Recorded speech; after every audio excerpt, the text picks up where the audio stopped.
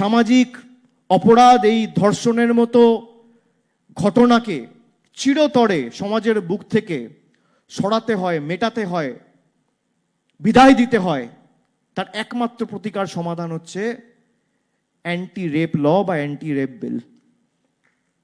আর সরকার চাইলে পারে না তা নয়। রাজ্য সরকার তার কর্তব্য করে রাজ্যপালের অফিসে পাঠিয়েছে, রাজ্যপাল সেখান থেকে তিনি রাষ্ট্রপতির কাছে পাঠিয়েছেন। 2 মাস হয়ে গেল, আজকে সেই বিল নিয়ে কোনো উচ্চবাচ্য নেই, রাষ্ট্রপতির কাছে পড়ে আছে।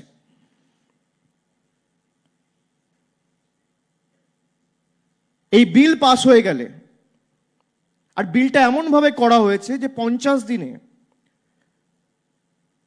তার শাস্তি হবে, এবং শুধু তাই নয়, তার সাথে অ্যাসিড অ্যাটাকের ক্ষেত্রেও আমরা 3 বছরের শাস্তি এবং 3 থেকে 5 বছরের শাস্তির একটা